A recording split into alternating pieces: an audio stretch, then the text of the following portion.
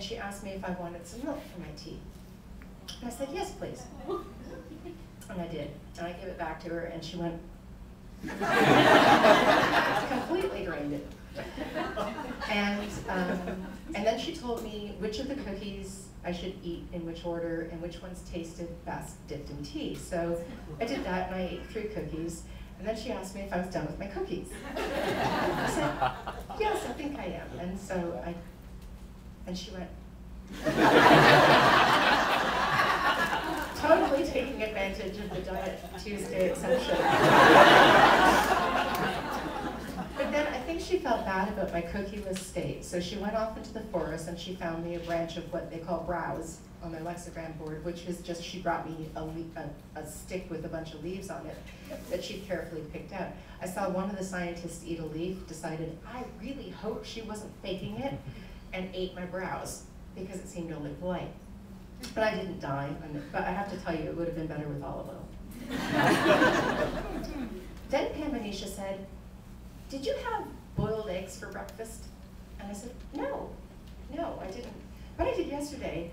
And she said, the bunny came by about, recently. I think she said about a week ago. But anyway, the bunny came by recently and hid eggs in the forest. And she looked pensive and said, I wish the bunny would come back. So there's a guy in the background on a walkie-talkie. 5 minutes later, the Easter bunny comes traipsing out of the trust with a basket of hard-boiled eggs, which are her favorite food. But in the nature, in sort of the bonobo nature of things, she let me go off and find the first egg. And, but I claimed to be full, and I gave it to her, and she gratefully accepted it, and she gracefully peeled it and ate it. But there's nothing that can really prepare you for the experience of having a relationship with an ape who can segue from asking you what you ate for breakfast to requesting the return of the Easter bunny. And she knew exactly what she was doing. She was getting hard-boiled eggs on a Diet Tuesday. So that was really it. Those particular relationships were the basis of this book, and the apes in this book are based perhaps not so loosely on this particular family of bonobos, although the people around them and the situation around them are entirely fictional.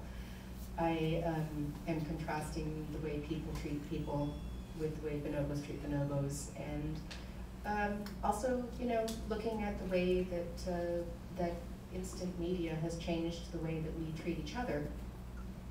Facebook, Twitter, all of these modes of instant communication, the gossip blogs, the tabloid journalists, it's made it possible for us to feel a false sense of intimacy with people that we have absolutely no knowledge of personally, but also to maintain enough distance to take a kind of schadenfreude glee when they make train wrecks of their lives. And that's something that I really, it disturbs me, and I don't really know what to say about it except to comment that it's there, and I don't know what that says about us. Reality television started with the writer's strike. I hoped it would go away immediately afterward. But now we have Jersey Shore. And Jersey Shore actually I thought that I was making as much of a comment as I could, and I think I was, in having the apes in my book end up on a reality TV show. But I think that the people of Jersey Shore have somehow taken it even further. But I'm going to do a short reading, and then I'm going to open up the floor to question and answers. And be ready for your questions and put your hand up, because if you're not ready, I will run like a scared bunny. In this particular scene, the apes who were living quite happily in the language lab, their life is interrupted, and of course, very brutally by an explosion which severely injures their main caretaker. And the apes disappear for a while, and nobody is quite sure where they are. And so here we are. Bonzi crouched in a dark corner with Lola clinging to her chest. She was the first to hear the jingling of keys and screeched a warning to the rest of her family. The men were back. The fluorescent lights flickered spasmodically, sorry, second time I've done the reading, and then finally buzzed to life. In the cage opposite Bonzi and Lola, Sam screamed and sprinted around the small confines of his cell. He stopped to sign, bad visitor, then leapt onto the front of his extruded metal cage and shook it violently with hands and feet. When he jumped backward, his right thumb was bleeding. Oblivious to the wound, he perched near the front of his cage, his hair bristled and head cocked, on full alert. The other bonobos sat waiting, watching. Human footsteps followed, heavy-soled steps that echoed in the concrete hallway. As they approached, panic flooded Bonzi's body. She could never see them until they were immediately outside her space. Jelani, Sam, and McKenna were in cages across the aisle from Bonzi, so she could see all of them and they could see her, but they could not see each other because the walls between them were concrete. Nobody could see Mbongo, but they knew he was there. He was the only member of the family out of sight of all the others, and the strain of the situation was clear in his vocalizations. The clomping got louder until the men came into sight. There were two this time. Bonzi recognized only one. He was the food giver, clomping through the halls twice a day to slide trays of tasteless, homogeneous pellets through the slots in their cages and refill their water with a hose. He never made eye contact. He never spoke to them, but was always in deep, angry conversation with some invisible other. The second man was new. He had light hair, gray eyes, and a crooked, joyless smile. "These look like chimps," he said. "You're the one who wanted them," the food man said with a guffaw. The stranger turned his gaze on him. "I'm just saying," said the food man, lowering his eyes. "We could have got chimps for a lot cheaper." The alpha male, having asserted himself, stood with hands on hips and did what Bonzi could not. He moved his eyes across her family members and evaluated them. "Are they eating and whatnot?" he said. "They appear to be." "Pears," signed Bonzi. "Good pears. Bring pears." "Because I want them to look healthy. They can't appear to be mistreated." The alpha male crouched down outside Bonzi's cage and looked her straight in the eyes. "Which one is this? Is this the matriarch?" "Me, Bonzi, me," she signed. "Give me pears, eggs, good eggs, Sam hurt." "What the hell is that? Is that some kind of monkey voodoo? It's creeping me out," said the food man, averting his eyes.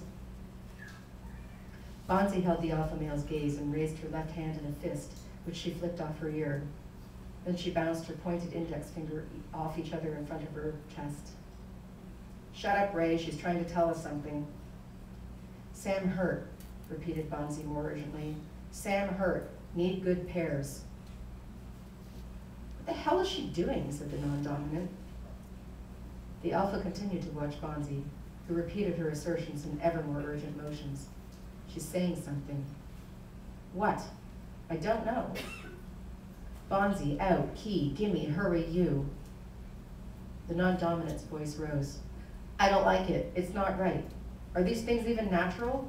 Are they genetically engineered or something? Anyway, aren't they supposed to be having sex all the time? They haven't done it once since they got here." "They're caged separately, you imbecile." The food man shifted from foot to foot, looking uncomfortably up and down the hall. "But you wait," said the alpha. "This is going to revolutionize everything." He leaned closer to the cage. "Are you my girl?" he whispered. Bonzi, whose response for no was simply not to respond, remained still. "You're my girl, aren't you?" he repeated. His voice was a hiss of rank breath between his teeth. Bonzi stayed motionless. "I'm going to move you soon." He rose and addressed the other man. "Come on, let's go." On his way past, he double-whacked the front of Sam's cage with an open palm. The clash reverberated through the cement hall, and Sam shrank into a corner.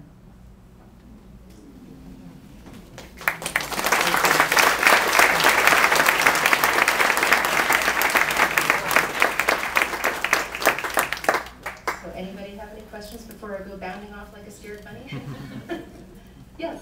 Did the apes sign? I know you said they were using the lexicon things. Did they sign? Were they doing sign language also? These particular apes do not use sign language. These particular apes use lexicograms. But for the purposes of my book, because the apes were kidnapped, I needed them to have their language tools literally on hand. And there is a long history of apes